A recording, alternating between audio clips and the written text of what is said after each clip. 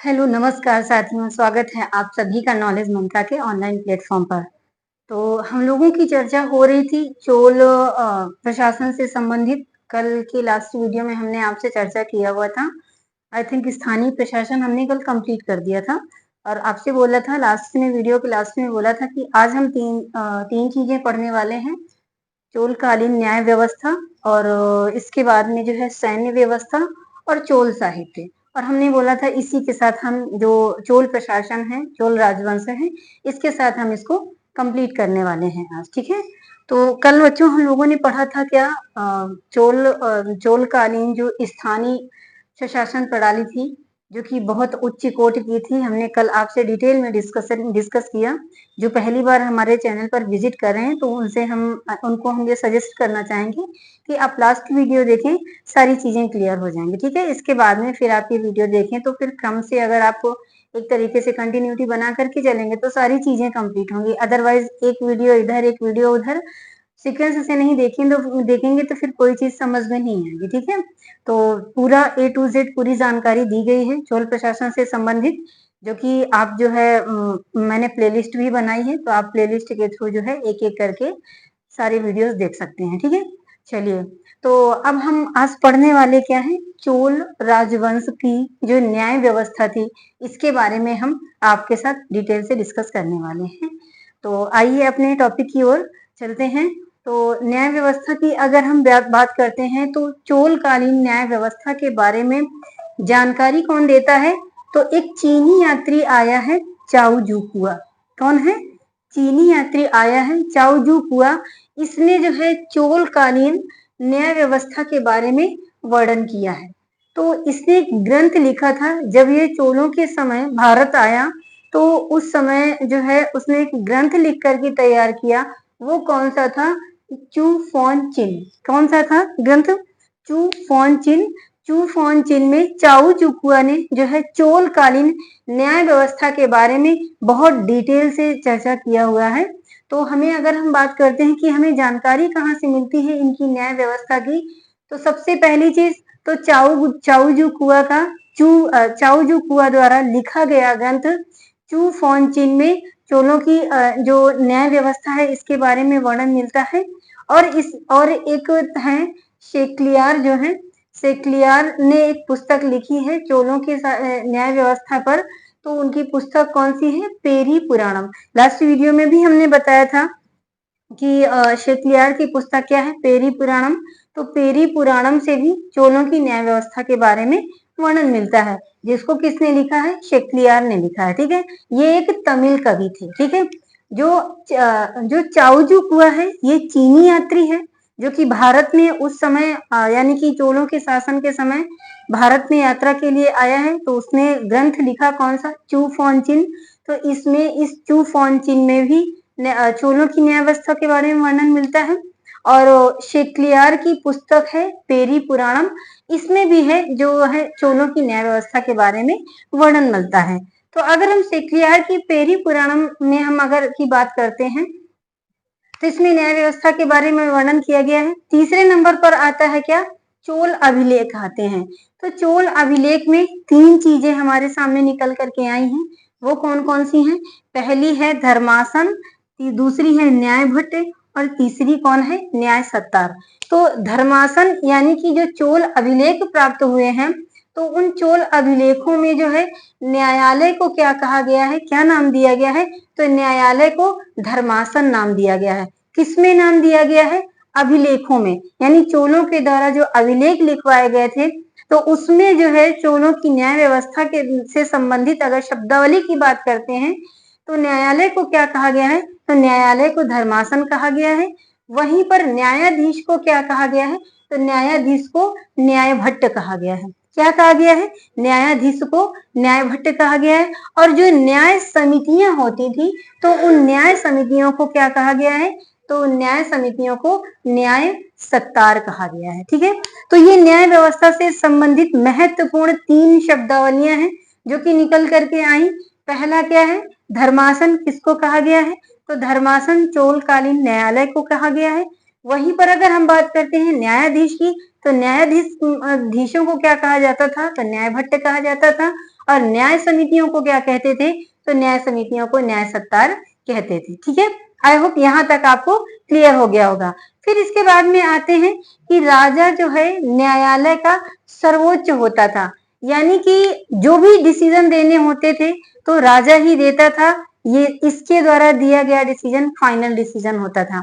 तो इसीलिए कहा गया है कि राजा जो है न्यायालय का सर्व प्रमुख होता था और गंभीर अपराधों के प्रायश्चित के लिए यहाँ पर चोलों की एक बिल्कुल अलग से विचित्र टाइप की विडंबना थी।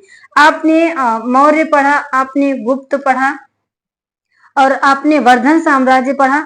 इस समय जो है जो गंभीर अपराध होते थे तो इस समय क्या दिया जाता था, मृत्यु दंड दिया जाता था। लेकिन चोल कालीन जो न्याय व्यवस्था थी वो थोड़ा अलग हटके थी।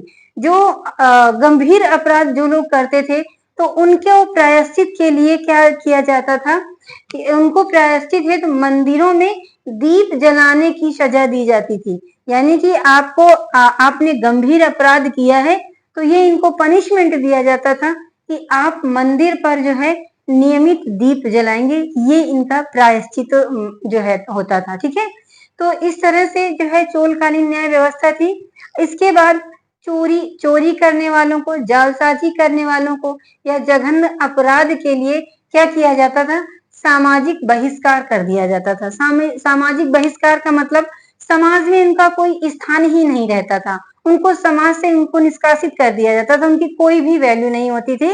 इसका मतलब होता है सामाजिक बहिष्कार। ठीक है, कि ना वो लोगों के साथ रह सकते थे, ना किसी से बातचीत कर सकते थे, किसी भी जो भी उनकी रीति रिवाज थे उन पर या फिर जो त्योहार होते थे उनमें भी ये पार्टिसिपेट करने के अधिकारी नहीं थे। तो इस तरह से क्या होता था, जो इस तरीके के अपराध करते थे तो उनको जो है उनका सामाजिक बहिष्कार कर दिया जाता था।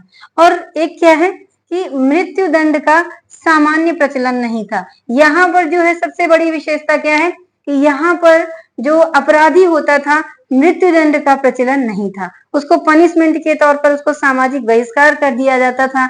मंदिरों में नियमित दीपक जलाने जैसी परंपरा थी। तो ये आई हैं, ये निकल करके बातें आई हैं, लेकिन मृत्यु दंड का प्रावधान इस समय नहीं था। तो इस तरह से हमने क्या कंप्लीट किया, चोलों की न्याय व्यवस्था के बारे में बताया। एक बार फिर से आपको रिवीजन कराते हुए चलते हैं कि अगर हम बात करते हैं न्याय व्यवस्था की तो सबसे पहले किसमें वर्णन मिलता है, चाओजू कुआ की पुस्तक है चू फॉन्चिन, इसमें न्याय व्यवस्था के बारे में वर्णन आता है। फिर शेक्सपियर का पेरी पुराणम है, उसमें भी जो है चोलों की न्याय व्यवस्था के बारे में वर्णन मिला है। फिर अभिलेखों में यानी कि चोलों द्वारा लिखवाए गए अभिलेखों में भी न्याय व्यवस्था से के बारे में वर्णन किया गया है। 3 महत्वपूर्ण शब्द निकल करके आए हैं, जिसमें कि न्यायालय को क्या कहा जाता था, न्यायालय को धर्मासन कहा जाता था, न्यायाधीश को न्यायभट्ट कहते थे, वहीं पर न्याय समितियों को क्या कहते थे, न्याय सत्तार कहते थे। ठीक है, इसके बाद में जो राजा जो होता था वो प्रमुख होता था न्याय के क्षेत्र में, उसी का डिसीजन, उसी के द्वारा लिया गया डिसीजन फाइनली डिसीजन होता था। और क्या, गंभीर अपराधों के प्रायश्चित हेतु मंदिरों में दीपक जलाने की व्यवस्था थी और मृत्यु जैसी जो है दंड की व्यवस्था इस समय नहीं थी। ओके, तो अब इसके बाद में जो है इन लोगों का जो जघन्य अपराध करते थे इनका बहिष्कार कर दिया जाता था। तो इस तरह से हमने क्या कंप्लीट किया, चोलों की न्याय व्यवस्था के बारे में हमने आपसे डिस्कस किया। अब हम डिस्कस करने वाले हैं कि इस समय चोलकालीन सैन्य व्यवस्था कैसी थी। तो इनकी सैन्य व्यवस्था के बारे में अगर हम बात करते हैं तो इनकी सैन्य व्यवस्था बहुत ही विशाल थी। चीनी यात्री चाओजू कुआ ने जो है वर्णन किया है कि इनकी जो सैन्य व्यवस्था की संख्या थी वो कितनी थी, 60,000 बताई है। कितनी बताई है, 60,000 बताई है। ये चाओजुआ कौन थे, तो चाओजुआ को हमने आपसे बताया है, ये चीनी यात्री थे। इनकी पुस्तक है चू फॉन्चिन, इसी में जो है मोस्टली चीजें, चू फॉन्चिन से ही मोस्टली चीजें निकल करके आई हैं। तो अगर जनसंख्या इसकी संख्या की बात करते हैं कि इसकी सेना की संख्या कितनी थी, तो सेना की संख्या चाओजू कुआ के अनुसार 60,000 बताई गई है। ठीक है, अब इनके समय में बताया गया है, चाओजू कुआ ने बताया है कि चोलों के समय में एक 70 रेजिमेंट नाम की एक सैन्य टुकड़ी हुआ करती थी, जो कि अभिलेखों में साक्ष्य मिला है। क्या कि 70 रेजिमेंट का जो है उल्लेख किया है। और क्या बताया है, और बताया है कि जो सेना थी वो छावनियों में रहा करती थी। कहाँ पर रहती थी सेना? सेना जो है छावनियों पर रहती थी। और इन जो है छावनियों को क्या कहा जाता था? तो इन छावनियों को कड़गम, तमिल शब्द में जो है क्या कहते थे? तो कड़गम नाम से संबोधित किया गया है। कड़गम या पड़ईविड़, ठीक है। दो शब्द निकल करके आए हैं छावनियों से संबंधित, तो ये शब्दावलियों में आप इसको ऐड कर लीजिएगा। कौन? कड़गम कहे या पड़ईविड़ कहे, ये छावनियों जैसे शब्दों के लिए प्रयोग किया गया है। क्लियर हुआ? अब इसके बाद में हम बात करते हैं कि चोलों की जो पैदल सेना थी उसको जो है तीन भाग, उसके तीन अंग थे। उन तीन अंगों में कौन कौन से थे? एक थी पैदल सेना, दूसरी कौन सी थी? हस्ती सेना, और तीसरी कौन सी थी? अश्व सेना। अब पैदल सेना को क्या कहते थे तमिल भाषा में? तो पैदल सेना जो थी उसको बोलते थे बड़पेरू कहा जाता था। और जो हस्ती सेना होती थी तो हस्ती सेना को क्या कहते थे? कुंजिरमल कहते थे। क्या कहा जाता था? कुंजिरमल कहते थे। वहीं पर जो अश्व सेना है तो अश्व सेना को मुनि रुकई महासनई, तीन शब्द निकल करके आए हैं जो कि इन जो सेना के तीन अंग थे, तो ये शब्द तीनों अंगों के लिए प्रयोग किया गया है। कौन कौन सा? पहला है पैदल सेना। पैदल सेना को क्या कहते थे? पैदल सेना को बड़पेरू कहते थे। इसके बाद में हस्ती सेना जो है, तो हस्ती सेना को क्या कहा गया है? हस्ती सेना को कुंजिरमल कहा गया है। वहीं पर अगर हम बात करते हैं अश्व सेना को कि तो अश्व सेना को तमिल भाषा में क्या कहा गया है? मुनि रुकई महासनई, ठीक है। तो आई होप समझ गए होंगे कि इसके जो पैदल सेना के तीन अंग थे वो कौन कौन से थे और इनको क्या क्या कहा जाता था। क्लियर हो गया? चलिए अब हम आगे चलते हैं कि इनके पास मैंने आपको बताया पैदल सेना थी, हस्ती सेना थी और अश्व सेना थी। लेकिन कौन सी सेना नहीं हुआ करती थी इन चोलों के काल पर? तो जो सेना इनके पास नहीं थी तो वो कौन नहीं थी? रथ सेना इनके पास जो है नहीं हुआ करती थी, ठीक है। और सबसे ज्यादा संख्या किसकी थी? तो वो जो है अश्व सेना की थी और इसी की जो है सबसे ज्यादा प्रधानता थी चोलों के समय पर। तो अगर आप क्वेश्चन पूछता है कि जो चोलों के पास कौन सी सेना अनुपलब्ध थी, तो आपका आंसर क्या होगा कि उसके पास चोलों की सेना में रथ सेना नहीं शामिल थी। अगर प्रधानता की बात पूछता है सबसे ज्यादा कौन सी सेना की संख्या थी, तो वो कौन सी होगी? अश्व सेना होगी। तो आई होप आपको क्लियर हो गया होगा बहुत अच्छे से। अब इसमें कोई कंफ्यूजन आप लोगों को नहीं होनी चाहिए, ठीक। चलिए अब इसके बाद में क्या इनके उसमें सेना में ब्राह्मण लोग शामिल होते थे? तो इनकी सेना में ब्राह्मण भी शामिल होते थे। तो जो ब्राह्मण इनकी सेना में शामिल होता था तो उसे क्या कहा जाता था? ब्रह्माधिराज कहा जाता था। क्या कहते थे? ब्रह्माधिराज कहते थे। यानी कि ब्राह्मण सेनापतियों को चोलों के टाइम पर क्या कहा जाता था? तो ब्रह्माधिराज कहा जाता था। इसके बाद में चोल नौसेना जो है नौसेना का प्रारंभ किसने किया था? राजा धीराज के समय में चोल नौसेना का प्रारंभ हुआ। वहीं पर ये नौसेना अपनी पराकाष्ठा पर किस शासक के समय पहुंची? तो वो थे राजेंद्र प्रथम। राजेंद्र प्रथम के समय जो चोल नौसेना थी तो ये अपनी चरम प्रकाष्ठा पर पहुंची थी। कौन? नौसेना। यानी कि अगर स्टार्टिंग की बात पूछता है कि नौसेना का प्रारंभ किसने किया है, तो राजराज प्रथम ने किया है। और यही नौसेना अपनी पराकाष्ठा पर, अपनी चरम काष्ठा पर किस राजा के समय पहुंच गई थी? तो वो थे राजेंद्र प्रथम के समय, जो कि चोल सेना जो है पर अपनी चरम काष्ठा पर पहुंच गई थी। यानी कि सबसे ज्यादा संख्या इसी के समय नौसेना की हो गई थी बढ़ करके। अब इसके बाद में चोल शासक घोड़े कहाँ से मंगवाते थे? तो चोल शासकों की अगर बात करते हैं, मैंने क्या बताया कि अश्व सेना की सबसे ज्यादा प्रधानता थी चोलों के समय पर।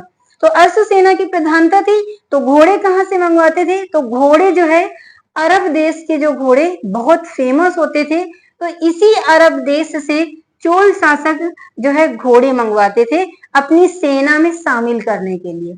तो आई होप क्लियर हो गया होगा आपका कि कहाँ से ये लोग घोड़े मंगवाते थे, इनकी पैदल सेना के कौन कौन से अंग थे, प्रधानता कौन सी सेना की थी। अब ये इस सारी बातों के यानी कि सैन्य व्यवस्था के बारे में हमने आपसे डिटेल में चर्चा कर दिया है। अब हम चलते हैं कहाँ पर, चोल साहित्य पर। चोल साहित्य के बारे में अगर हम बात करते हैं तो जो चोल साहित्य था ये भी अपनी चरम काष्ठा पर था। बहुत फेमस ग्रंथ इस समय लिखे गए, कब, चोलों के समय में, क्योंकि चोल भी साहित्य में बहुत विशेष रुचि रखते थे और बहुत सारे महान कवि निकल करके आए हैं जिन्होंने जो है चोलों के समय में, चोलों के दरबार में जो है संरक्षण प्राप्त किया हुआ था। तो कौन कौन से वो लेखक थे, आइए हम उसके बारे में आपसे डिस्कस कर रहे हैं। तो चोल साहित्य के बारे में अगर हम बात करते हैं तो चोल साहित्य में 12वीं शताब्दी के प्रारंभ में अलवार एवं नैनार संतों ने क्षेत्रीय भाषाओं में 11 खंडों में एक रचना रची जिसे क्या कहा गया, तिरुमुराई कहा गया। यानी कि 12वीं शताब्दी में अलवार संतों ने और नैनार संतों ने, दोनों लोगों ने मिल करके 11 खंडों में एक रचना रची जिसे जो है किस नाम से जाना गया, तिरुमुराई नाम से जाना गया। इस तिरुमुराई को जो है दक्षिण भारत का पंचम वेद के नाम से जानते हैं। क्या है, दक्षिण भारत का पंचम वेद के नाम से जानते हैं। तो पंचम, इस तिरुमुराई को पंचम वेद के नाम से तो जानते हैं, लेकिन अभी आप लोग कंफ्यूज इसमें होंगे कि आखिरकार ये अलवार संत और नयनार संत ये कौन हुआ करते थे, ये कौन होते थे। तो जो अलवार संत थे, तो जो अलवार संत होते थे वे वैष्णव मत अनुयायी होते थे। जो वैष्णव मत के अनुयायी थे उनको जो है अलवार संत कहा गया। और जो नैनार थे, तो नैनार जो शैव मत अनुयायी थे, यानी कि शैव धर्म को मानने वाले थे, उनको कौन सा संत कहा गया, नैनार संत कहा गया। तो आई होप आप समझ गए होंगे कि नैनार कौन थे और अलवार कौन थे। तो इन्हीं यानी कि वैष्णव मतानुयायी जो संत थे, जो वैष्णव धर्म को मानने वाले संत थे और जो शैव धर्म को मानने वाले संत थे, इन दोनों संतों ने मिल करके एक 11 खंडों की रचना तैयार की जिसको जो है तिरुमुराई नाम दिया गया। और इसी तिरुमुराई को दक्षिण भारत का जो है क्या कहा गया है, पंचम वेद कहा गया है। तो समझ में आ गया ना। आई होप ये चीज बहुत अच्छे से आपको क्लियर हो गई होगी। अब इसमें कंफ्यूजन नहीं होगा कि अलवार संत कौन थे और नैनार संत कौन थे। ठीक है, तो इसमें यही अलवार संत और नैनार संत ही पूछता है, ये नहीं पूछता है कि वैष्णव धर्म को मानने वाले संत और शैव धर्म को मानने वाले संत। इतना लंबा शब्द नहीं लेता है, अलवार और नैनार जैसे शब्दों का प्रयोग किया जाता है। क्लियर हुआ। चलिए अब इसके बाद में इन्हीं के समय में यानी कि चोलों के समय में ही एक बहुत महत्वपूर्ण हस्ती निकल करके आई है। वो कौन है, जय गोंडाल।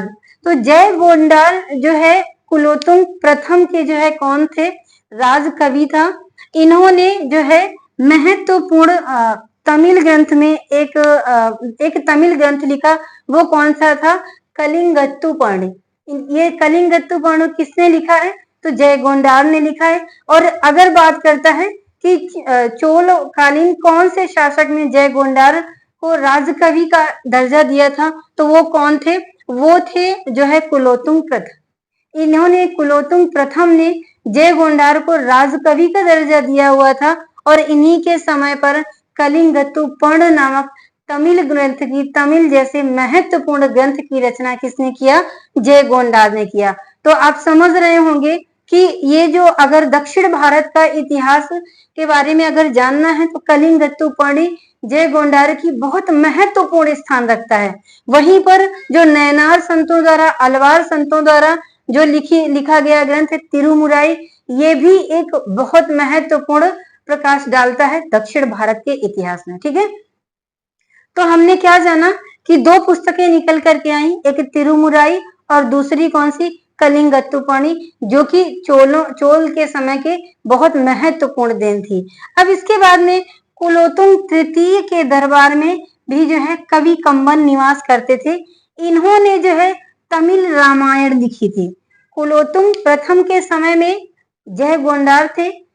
जय गोंडाल ने पुस्तक कौन सी लिखी, तो कलिंगत्तुपर्णी लिखी। वहीं पर जो कुलोत्तुंग तृतीय हैं, तो कुलोत्तुंग तृतीय के समय जो है कवि कंबन इनके दरबार में निवास करते थे। और इन्होंने कौन से महान ग्रंथ की रचना की? तो तमिल रामायण की रचना की, जिसको इरामावतारम के नाम से जानते हैं। किस नाम से जानते हैं? इरामावतारम के नाम से जानते हैं। और ये इरामावतारम दक्षिण भारत का महाकाव्य माना जाता है। कौन? ये जो इरामावतारम यानी कि तमिल रामायण जो है, इसको जो है दक्षिण भारत का जो है क्या माना जाता है? महाकाव्य माना जाता है। ठीक है, इसके बाद में लास्ट जो है पॉइंट बचा है कि कुलोत्तुंग तृतीय का शासन काल जो है तमिल साहित्य का स्वर्ण काल माना गया है। यानी कि अगर बात करता है कि चोलकालीन कौन से शासक का जो टाइम है तो उसको स्वर्ण काल कहा गया है, तो वो आंसर आपका क्या होगा? कुलोत्तुंग तृतीय का जो शासन है, तो इसका शासन जो है, क्योंकि कुलोत्तुंग तृतीय ने बहुत सारे विद्वानों को, बहुत सारे साहित्यकारों को अपने दरबार में संरक्षण प्रदान किया था, इस वजह से जो इसका समय है तो इसके समय को जो है स्वर्ण काल के रूप में जाना जाता है। ठीक है, तो आई होप आप लोग समझ गए होंगे कि साहित्य के क्षेत्र में अगर हम बात करते हैं तो ये कितना इंपॉर्टेंट था, इतनी महत्वपूर्ण पुस्तकें चोलों के समय पर लिखी गई। तो इसका मतलब है कि चोलों ने जो है अन्य कवियों को यानी साहित्यकारों को संरक्षण प्रदान किया था। और जब किसी राजा द्वारा किसी चीज को संरक्षण प्रदान किया जाएगा तभी वो बहुत बेहतर तरीके से फलती फूलती है। तो आज का लेक्चर हम यहीं पर समाप्त करना चाहेंगे। आज के बाद जो चोल राजवंश था वो समाप्त हुआ। नेक्स्ट डे हम देखते हैं आगे कौन सा चैप्टर है, उसके अकॉर्डिंग हम न्यू चैप्टर के साथ आपके समक्ष उपस्थित होंगे। और चलने के पहले आपसे ये जरूर कहेंगे कि अगर आप हमारे चैनल को पहली बार विजिट कर रहे हैं तो आप हमारे चैनल को सब्सक्राइब करें, ज्यादा से ज्यादा शेयर करें। ठीक है, तो मिलते हैं कल नए वीडियो के साथ। आज के लिए इतना ही, तब तक स्वस्थ रहिए, मस्त रहिए, अपनी स्टडी को कंटिन्यू रखिए।